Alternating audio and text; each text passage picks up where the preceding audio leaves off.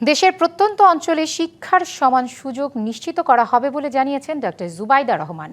রাজধানীর বিএএফ শাহীন কলেজে ঢাকা জেলা প্রশাসনের স্টার্ট আপ সায়েন্স প্রজেক্ট এবং ইনোভেশন আইডিয়া শোকেসিং এর সমাপনী ও পুরস্কার বিতরণী অনুষ্ঠানে কথা বলেন তিনি।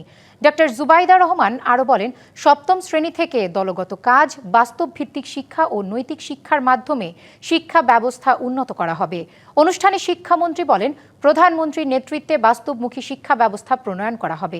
এর আগে শিক্ষার্থীদের বিভিন্ন বিজ্ঞান উদ্ভাবনী পরিদর্শন করেন ডক্টর জুবাইদা রহমান, শিক্ষামন্ত্রী আ.ন.ম এহসানুল হক মিলন।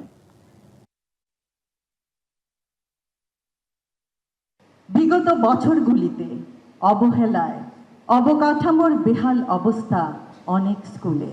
শিক্ষার সুযোগকে অনগ্রসর এলাকার জনসাধারণের দ্বারপ্রান্তে নিয়ে গেলে প্রতিভা অন্বেষণ ও উপযুক্ত সুযোগ করে দেওয়ার মাধ্যমে সুপ্ত প্রতিভা বিকাশের পথ করা যাবে ইনশাআল্লাহ।